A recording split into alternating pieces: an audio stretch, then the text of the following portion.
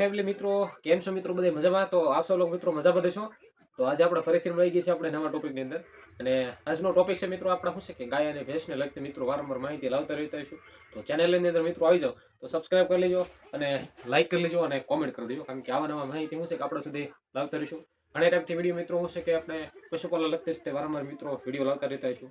અને આજનો આપણે મિત્રો ટોપિક છે આપણા ગાય ભેંસને લગતી જબરદસ્ત આયુર્વેદિક ફોર્મ્યુલો છે, દેશી ઉપાય છે જે તમારા ગાય અને ભેંસની માટે જોરદાર રીતે મિત્રો ફાયદો કરું છે. તો આજે દેશી ટોપિક છે ને તે તમારા ગાય ભેંસ માટે જબરદસ્ત રીતે મિત્રો દૂધ ઉત્પાદન માટે છે અને આયુર્વેદિક છે અને 100% ગેરંટીબલ છે. જો તમે ટ્રાય કરશો તો 100% તમારા ગાય અને ભેંસની અંદર મિત્રો 100% દૂધની અંદર રિઝલ્ટ મળશે. સાથે સાથે મિત્રો માલની તંદુરસ્તી વધશે, પ્લસ દૂધ ફેટની અંદર પણ મિત્રો સુધારો રહેશે અને માલને પણ વ્યવસ્થિત રીતે નિરાણ પણ તમારું માલ ખાશે અને માલ ટાઈમે પણ પારશે આવી શકે એવા આપણા દેશી આયુર્વેદિક ફોર્મ્યુલા સાથે આજનો આપણે વિડીયો કરી દેવાનો છે મિત્રો શરૂઆત.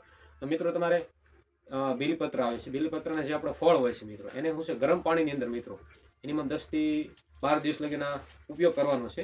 તો બીલીપત્રના જે ફળ આવે છે મિત્રો એને આપણે ગરમ કરી નાખવાના છે.